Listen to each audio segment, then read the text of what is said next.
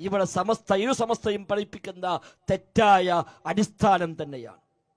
എന്തേ മുജാഹിദ് പ്രസ്ഥാനത്തിന്റെ പേരിൽ ഒരു സ്വലാത്ത് വാർഷികം വരാത്തത്? എന്തേ മുജാഹിദ് പ്രസ്ഥാനത്തിന്റെ പേരിൽ ഒരു ആത്മീയ ചൂഷണം ഉണ്ടാകാത്തത്? സമസ്തയുടെ പേരിൽ മാത്രം എന്തെങ്കിലും ഉണ്ടാകുന്നത്? ഈ തെറ്റായ ആശയം സമസ്തയുടെ പരിചയപ്പെടുത്തി.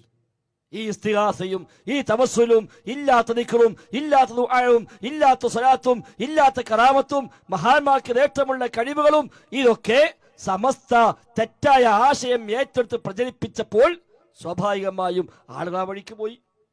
അവർ കബളിപ്പിക്കപ്പെട്ടു. ഏത് സ്വലാത്തും ചെല്ല, ഏത് ത്വരീഖത്തും കൂടാ ഇത് സമസ്ത പറഞ്ഞപ്പോ ഓരോരുത്തരും വന്ന് ത്വരീഖത്താന്ന് പറഞ്ഞിട്ട്, ഒരുത്തം വന്ന് സ്വലാത്തുമായി, മറ്റോ വന്ന് ദുആയുമായി, വേറൊരുത്തം വന്ന് ദിക്റുമായി, മറ്റൊരുത്തം വന്ന് ത്വരീഖത്തിനാളായിട്ട് എല്ലാത്തിനും പോയി ചാടുന്നു. എന്തുകൊണ്ട്? ഈ തെറ്റായ ആശയം സമസ്തയോടെ പരിചയപ്പെടുത്തി. അതാണ് അപ്പൊ ലാസ്റ്റ് മുസ്ലിയാർ പറഞ്ഞത് സമസ്ത ഉണ്ടാക്കി തന്നെ നബി തങ്ങൾ അംഗീകാര പ്രകാരമാണ്. സുബ്ഹാനല്ലാഹ്. സമസ്ത ഉണ്ടാക്കിയത് നബി സമ്മതം കൊടുത്ത സമസ്ത ഉണ്ടാക്കിയത്. ഈ വക എല്ലാ തട്ടിപ്പും നടത്താൻ, ഈ വക ശിർക്ക് പ്രചരിപ്പിക്കാൻ അള്ളാഹുവിന്റെ റസൂൽ സമ്മതം കൊടുത്തു എന്നോ പറയട്ടെ, മുസ്ലിയാർ തന്നെ പറഞ്ഞോട്ടെ, സമസ്ത ഉണ്ടായത് നബി തങ്ങൾ പറഞ്ഞിട്ടാണ്. ബഹുമാനപ്പെട്ടവര് തൃപ്പനച്ചി മുഹമ്മദ് ഖാദിരി ഖദ്ദസല്ലാഹു സിർറഹുൽ അസീസ് കേട്ടിട്ടില്ലേ? തൃപ്പനച്ചി ഉസ്താദ് ബഹുമാനപ്പെട്ടവര് ഇന്ന് ഇപ്പൊ മുഷാവറയിൽ തെരഞ്ഞെടുക്കപ്പെട്ട, ഞാൻ ഈ സനത് സവിധം പറയുന്നത് ഇന്നത്തെ കാലത്ത് എല്ലാം ട്രോളുന്ന ഒരു കാലമായതുകൊണ്ടാണ്. ഇന്ന് മുഷാവറിലേക്ക് തെരഞ്ഞെടുക്കപ്പെട്ട ഒളവണ്ണ ഉസ്താദിനോട് പറഞ്ഞ ചില വിഷയമുണ്ട്. ആ കൂട്ടത്തിൽപ്പെട്ട ഒന്നാണ്, നിങ്ങൾ എന്താണ് സമസ്തയെ പറ്റി മനസ്സിലാക്കിയത്? സമസ്ത ഉണ്ടാക്കാൻ സമ്മതം കൊടുത്തതും രൂപീകരണ യോഗത്തിൽ ദുആക്ക് ആമീൻ പറയുന്ന കൂട്ടത്തിലും സയ്യിദുനാ മുഹമ്മദുർ റസൂലുള്ളാഹി സ്വല്ലല്ലാഹു അലൈഹി വസല്ലം തങ്ങളുടെ സാന്നിധ്യം ഉണ്ടായിരുന്നു. കണ്ടങ്ങള്. അപ്പൊ സമസ്ത ഉണ്ടാക്കാൻ സമ്മതം കൊടുത്തതാരാ? അല്ലാഹുവിന്റെ റസൂല്. സമസ്ത ഉണ്ടാക്കുന്ന ആ ഉദ്ഘാടന വേദിയില് ദുആക്ക് ആമീൻ പറഞ്ഞ അല്ലാഹുവിന്റെ റസൂല്. ദുആരതാരാ? അല്ലാഹു അലം. ചങ്ങായിമാർ, നബി തങ്ങൾ ഉണ്ടെങ്കിൽ പിന്നെ നബി ആമീൻ പറയാൻ നിർത്തേണ്ടത്? ഉസ്താദ് ദുആക്ക് നബി ആമീൻ പറയാം, ഉണ്ടാവോ? നബി ഉണ്ടാവുമ്പോ നബിയല്ലേ ദുആക്കേണ്ടത്? അപ്പൊ സമസ്ത ഉണ്ടാക്കാൻ പെർമിഷൻ കൊടുത്ത നബിയാണ്. സമസ്ത ഉണ്ടാക്കുന്ന യോഗത്തിന്, രൂപീകരണ യോഗത്തിന് ദുആക്ക് ആമീൻ പറഞ്ഞ അല്ലാഹുവിന്റെ റസൂലാണ് എന്നുവരെ പറയാൻ ധൈര്യം കാണിക്കുന്ന അവസ്ഥയിലേക്കാണ് ഇവരെത്തിപ്പോകുന്നത്. ആളുകൾ വിചാരിക്കും ഓർക്ക് ഉസ്താദുമാരല്ലേ, എത്ര കാലം കിതാബോദിയവരാ, എത്ര കൊല്ലം പഠിപ്പിച്ചോരാ, വലിയ വലിയ ഇൽമുള്ളവരല്ലേ, പണ്ഡിതന്മാരല്ലേ.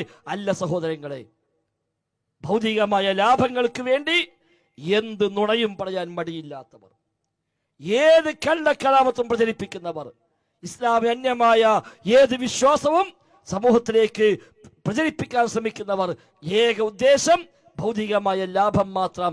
അതാണ് ഫുദൈൽ ഇബ്നു ഇയാദ് റഹിമഹുല്ലാഹ് പറഞ്ഞ ഉലമാഉദ് ദുനിയ വഹ്ദറു മിൻ ഉലമാഇദ് ദുനിയ. ദുനിയവിയായ ഉലമാ, ദുനിയാവിലെ സ്ഥാനമാനങ്ങളും സാമ്പത്തികമായ നേട്ടങ്ങളും മാത്രം ലക്ഷ്യമാക്കി അതിനുവേണ്ടി എന്ത് നുണകളും അള്ളാഹിന്റെ പേരിൽ, റസൂലിന്റെ പേരിൽ, ദീനിന്റെ പേരിൽ പറഞ്ഞു പ്രചരിപ്പിച്ച് സമൂഹത്തെ ചൂഷണം ചെയ്യുന്നവർ പെട്ടുപോകല്ല സഹോദര. കാട്ടിക്കൂട്ടുകൾ കണ്ട് നമ്മുടെ പരലോകം നഷ്ടപ്പെടുത്തേണ്ടതല്ല. മുജാഹിദ് പ്രസ്ഥാനത്തിന്റെ പ്രവർത്തകന്മാരെ നമുക്കിവിടെ ബാധ്യത വർദ്ധിക്കുകയാണ്. ഈ വളരെ വലിയ ശിർക്കിന്റെ ചളിക്കുഴിയിലേക്കാണ് ഈ മുസ്ലിയാക്കന്മാർ സമൂഹത്തെ കൊണ്ടുപോയിക്കൊണ്ടിരിക്കുന്നത്. ഇവിടെ മാറി നിൽക്കാൻ നമുക്കൊരിക്കലും സാധ്യമല്ല. എല്ലാ ഗ്രാമങ്ങളിലും മുഴുവൻ പ്രദേശങ്ങളിലും അതിശക്തമായ ദഅവത്ത് നടന്നേ പറ്റൂ. എന്തുകൊണ്ട്, എന്തൊക്കെ അതിന് സ്വാധീനമുണ്ടായി എന്നല്ല, എത്ര പേർ സ്വീകരിച്ചുവെന്നല്ല, എന്ത് കാര്യമുണ്ടായി എന്നല്ല, നേരെ മറിച്ച് റബ്ബേ ഈ ശിർക്കിന്റെ ഈ വക കടന്നു കയറ്റങ്ങൾ ഇവിടെ ശ്രദ്ധയിൽപ്പെട്ടപ്പോൾ കഴിവിന്റെ പരമാവധി ചെറുത്തു നിൽക്കാൻ ഞങ്ങൾ ശ്രമിച്ചിട്ടുണ്ട് എന്ന് പറയാനെങ്കിലും സഹോദരങ്ങളെ നമുക്ക് പറ്റണമല്ലോ.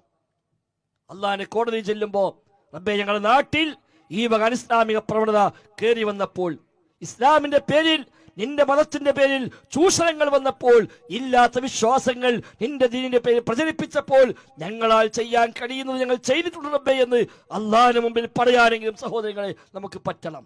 ഒരുപക്ഷെ വലിയ സ്വാധീനം അതുകൊണ്ട് ഉണ്ടാകണമെന്നില്ല. മഹാഭൂരിപക്ഷം ആളുകൾ അപ്പോഴും ഈ തിന്മയുടെ പിന്നാലെ തന്നെ പോയേക്കാം. നമ്മളതൊക്കെ പറഞ്ഞിട്ട് എന്തേ ഇപ്പൊ കാര്യമുണ്ടായി, ആരെ ഇപ്പൊ മാറിയത്, എത്ര നേട്ടം കിട്ടിയത്, അത് നമ്മളെ ഏൽപ്പിച്ച ദൗത്യമല്ല. നമ്മളെ ഏൽപ്പിച്ചത് ഇത് പറഞ്ഞു കൊടുക്കുക, പ്രബോധനം ചെയ്യൽ മാത്രമാണ്. വിസ്ഡം ഇസ്ലാമിക് ഓർഗനൈസേഷൻ ആ പ്രബോധന ദൗത്യം ഏറ്റെടുത്ത മുജാഹിദ് പ്രസ്ഥാനത്തിലെ പ്രബോധക സംഘമാണ്. മുജാഹിദ് പ്രസ്ഥാനത്തിന്റെ പ്രബോധക സംഘമാണ് വിസ്ഡം ഇസ്ലാമിക് ഓർഗനൈസേഷൻ.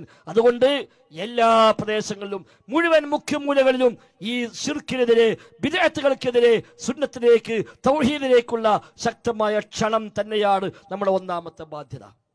വ്യാപകമായി ശിർക്ക് പ്രചരിപ്പിക്കുന്നു, അന്ധവിശ്വാസങ്ങൾ വ്യാപകമായി പ്രചരിപ്പിക്കുന്നു, ആളുകൾ സാധാരണക്കാർ ചൂഷണം ചെയ്യുന്നു, ഓൺലൈനായും ഓഫ്ലൈനായും തട്ടിപ്പുകൾ മേൽക്കുമേലെ വന്നുകൊണ്ടേയിരിക്കുന്നു.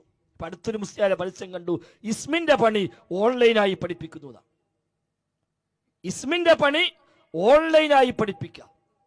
അതിന് പ്രത്യേക ഗ്രൂപ്പ് ഉണ്ടാക്കി, വാട്സപ്പ് ഗ്രൂപ്പ് ഉണ്ടാക്കി, ഒരു വെബിനാർ. എന്താ ഇസ്മിന്റെ പണി പഠിപ്പിക്കാൻ? അപ്പൊ വെറുതെ കേരിയൊക്കെ എന്താ ഏർപ്പാട് അറിയാലോ എന്നൊക്കെ. എന്താ ഇസ്മിന്റെ പണി എങ്ങനെ പോയി ഓൺലൈന്? അപ്പൊ 48 മണിക്കൂറുള്ള ക്ലാസ്സാണ് ഇയാൾ. ആ 42 മണിക്കൂർ ക്ലാസ് കൊണ്ട് ഇസ്മിന്റെ പണി ഫുള്ളായിട്ട് പഠിപ്പിച്ചു കൊടുക്കും ഓൺലൈനിൽ. ഇയാൾ ഒറ്റ ക്ലാസ് പണ്ടെടുത്ത വീഡിയോ അത് പ്ലേ ചെയ്യും, ഇത് കേൾക്കാം. ഈ 48 മണിക്കൂർ ക്ലാസ്സിന് നിശ്ചയിച്ച ഫീസ് 35,000 രൂപ. അത് ലാഭമാണ്. ഇസ്മിന്റെ പണി പഠിച്ചാൽ കുറഞ്ഞ ദിവസം കൊണ്ട് അത് ഇരട്ടി തിരിച്ചെടുക്കാൻ പറ്റും. ഇത് ബിസിനസ് ആണല്ലോ. 35,000 കൊടുത്ത് ഇയാളെ ഓൺലൈൻ ക്ലാസ് കേൾക്കാം. ആ ഓൺലൈൻ ക്ലാസ്സിൽ പങ്കെടുത്ത് 35,000 രൂപ അടിച്ചു കഴിഞ്ഞാൽ 48 മണിക്കൂർ ക്ലാസ് അറ്റൻഡ് ചെയ്ത് കഴിഞ്ഞാൽ അയാൾക്ക് ഇസ്മിന്റെ പണി എടുക്കാം. ആ പണി തുടങ്ങിയാലോ ഒരു 4-5 ദിവസം കൊണ്ട് അയാൾക്ക് ആ പൈസ തിരിച്ചു കിട്ടും. പിന്നെ കിട്ടണമൊക്കെ ലാഭമാണല്ലോ. എന്നിട്ട് ഈ മനുഷ്യൻ പറയാ, നാളെ വൈകുന്നേരം 6 മണിക്ക് മുമ്പ് ഫുൾ എമൗണ്ട് അടക്കാൻ തയ്യാറുണ്ടോ? ഒരിക്കൽ ഓഫർ ഉണ്ട്, ഒരു 10,000 കൊടുത്താൽ മതി. 35,000 ഒറ്റടിക്ക് 10,000. ഇന്ന് വൈകുന്നേരം 6 മണിക്കുമ്പോൾ അടക്കോ, 5,000 കൊടുത്താൽ മതി. ഏതെങ്കിലും കൊലത്തിന് പൈസ ഉണ്ടാക്കി. ഇതൊക്കെ സഹോദരങ്ങളെ മതത്തിന്റെ പേരിലാണ്, ദിക്റിന്റെ പേരിൽ, ദുആയുടെ പേരിൽ, ചികിത്സയുടെ പേരിൽ, ബറക്കത്തിന്റെ പേരിൽ, മഹാന്മാരുടെ പേരിൽ, കറാമത്തിന്റെ പേരിൽ, മുഅ്ജിസത്തിന്റെ പേരിൽ, അംബിയാഇന്റെ പേരിൽ എല്ലാം ഉണ്ട് തട്ടിപ്പുകൾ. സോഷ്യൽ മീഡിയ വ്യാപകമായപ്പോൾ ആ സോഷ്യൽ മീഡിയ സംവിധാനങ്ങളെ ദുരുപയോഗം ചെയ്തുകൊണ്ട് അതിർത്തികൾക്കതീതമായി ലോകവ്യാപകമായി ഇത്തരം ബിസിനസ്സുകളെ പച്ചപിടിപ്പിക്കുന്നവരാണ് ഇത്തരം ആളുകളൊക്കെ. കുറച്ചു കാലം കഴിയുമ്പോൾ എന്തെങ്കിലും തട്ടിപ്പ് പിടിക്കപ്പെട്ട് ഒരുപക്ഷെ നാട്ടുകാർ തന്നെ ഇതൊക്കെ ഇല്ലാതാക്കാനുള്ള പണികൾ ചെയ്തേക്കാം. അപ്പോഴേക്ക് നഷ്ടപ്പെടാനെല്ലാം നഷ്ടപ്പെട്ടു പോയിട്ടുണ്ടാകും. നമ്മുടെ ഈമാൻ തകർന്നു പോകും, സ്വർഗം നഷ്ടപ്പെട്ടു പോകും. സഹോദരങ്ങളെ, സ്വർഗമാണല്ലോ പ്രധാനം. എന്ന് മരിച്ചാലും ഈമാനോടെ മരിക്കാൻ പറ്റണം. അഹ്ലുസുന്നയുടെ വഴിയിലായി നിലകൊള്ളാൻ പറ്റണം. അതിൽ നിന്ന് തിരിഞ്ഞു പോയിട്ട് മറ്റെന്തു നേട്ടമുണ്ടായാലും എന്ത് കാര്യമുണ്ട്? അതുകൊണ്ട് അവസാനമായി സൂചിപ്പിക്കാനുള്ള സഹോദരങ്ങളെ, ഭൗതികമായ ലാഭങ്ങളുടെ പേരിൽ മതത്തിനെ കച്ചവടച്ചരക്കാക്കല്ല, അതിന് കൂട്ടുനിൽക്കല്ല, അതിന് ഒരു ഒത്താശയും ചെയ്തു കൊടുക്കല്ല. എന്തു ന്യായം പറഞ്ഞാലും ശരി, ഇത്തരം വേദികളൊക്കെ നമ്മുടെ ഈമാൻ തകർക്കുന്ന കാര്യമാണ്. നമ്മുടെ അഹ്ലുസുന്നയുടെ നയനിലപാടുകൾക്ക് അന്യമായ കാര്യമാണ്. നബിതങ്ങളുടെ മാർഗമല്ല, സ്വഹാബത്തിന്റെ മാർഗമല്ല, താബിഈകളുടെ മാർഗമല്ല, അഹ്ലുസുന്നയുടെ മാർഗമല്ല, ശരിയായ ഇസ്ലാമിന്റെ വഴിയല്ല ഈ വഴികളൊന്നും. ഇതൊക്കെ തട്ടിപ്പുകൾ മാത്രമാണ്. അതിൽ നിന്ന് മാറി നിൽക്കാൻ ഉത്തരവാദപ്പെട്ട ആളുകൾ, സംഘടിപ്പിക്കുന്ന ആളുകളും തയ്യാറാകണേ എന്ന് ഗുണകാംക്ഷയോടെ ആവർത്തിച്ച് ഓർമ്മപ്പെടുത്തുകയാണ്.